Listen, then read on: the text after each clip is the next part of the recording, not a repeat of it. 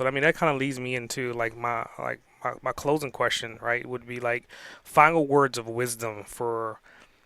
It's kind of difficult to kind of pinpoint like who you're talking to per se, right? Because I mean, in one sense, you're like motivating somebody. In the other sense, you're a really good connector. On the other aspect of it, you're really talking to people that are making seven, eight figures, and then you're talking about your services to them. So I'm gonna leave it up to you to pick which one of these communities you want to leave this message to. But in that communication device, if that person is listening to you for the first time and they're hearing what you're saying and they're like, okay, this guy, I love what he's saying, I love his communication, I love his energy, what words of wisdom would you give them to continue doing what they're doing to move forward in progress? Okay. Well, I would like to share some words and a gift, if I may. Mm-hmm.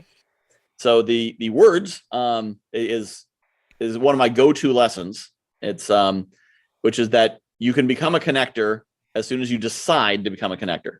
Being a connector is not how big your Rolodex is.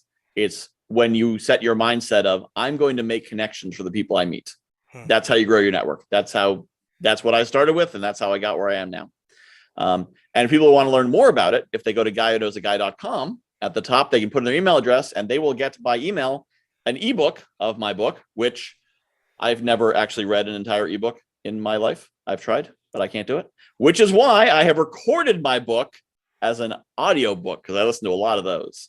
So if you put your email in, you'll get an audio book, an MP3 of The Guy Who Knows a Guy. No cost or obligation.